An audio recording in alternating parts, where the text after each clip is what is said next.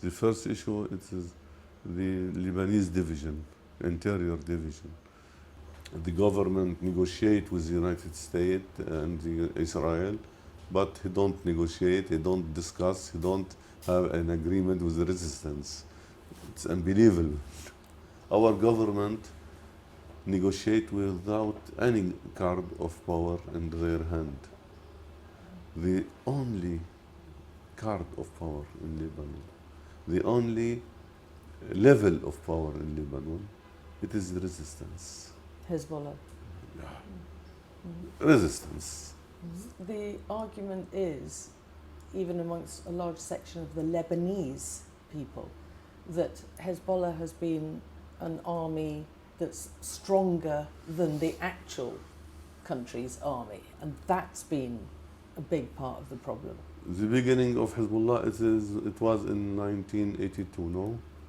But the aggression against Lebanon, it is before, long time before. That's a long-standing argument. However, we're talking about 2026, and Hezbollah in Britain, has been... your history and your present and your future depend from history. Churchill defended not disagreeing with that. However, we are faced with 2026 problems, and Hezbollah was running a rival, well, they say state within a state. Right? How our state will defend our country? How our government and the authority in Lebanon will defend our country?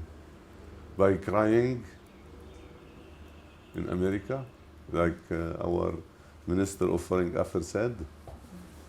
Crying or what? Asking America?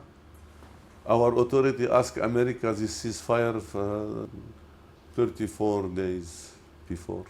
So you feel there's no alternative? No ceasefire.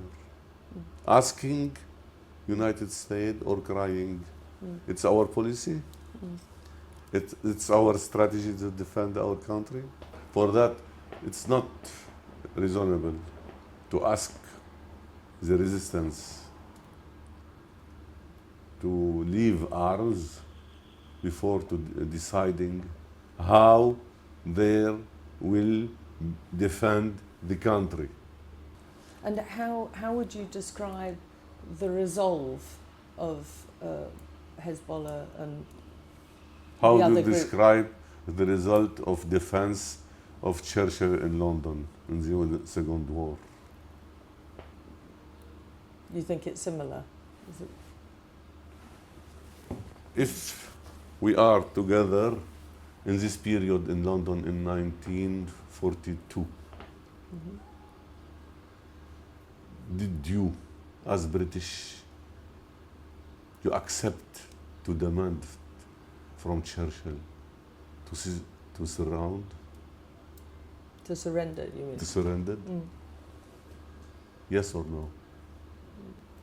And if you made a distinction between direct and indirect talks between Israel and the Lebanese authorities, many people, maybe a lot in Lebanon, would just value any talks which would lead to an end to war, which might lead to some sort of resolution, peace. Peace with them, with whom? With Great Israel? Peace with colonialism? Peace with whom? So just to be clear though, what is it you think should happen? They should stop the talks? We believe in the indirect negotiation, not direct. And what difference do you think that would make? Oh, it's a big difference. What difference would it make though? Like the difference if Churchill meet Hitler in the middle of war. And that's quite an incendiary statement. It's the same. Can you explain how Hezbollah is going to deal with this? Even if it's direct negotiations or the continuing bombing down south in Lebanon, how do you see Hezbollah responding? It's not a question of choice.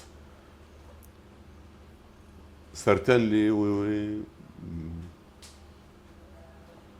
We don't like war, certainly, but we don't like indignity and humiliation and occupation and Israeli killing without any response, without resistance. Do you have anything that you'd like to say to the political leaders of Europe, Britain, even America, even Israel, about what's happening? Certainly in not Lebanon? Israel. Okay, leave Israel out of it. They are our enemy. But for the European leaders, we are a human being. British fight for Falkland in Isle in the South America. You want from us, don't fight for our village, our future? Why?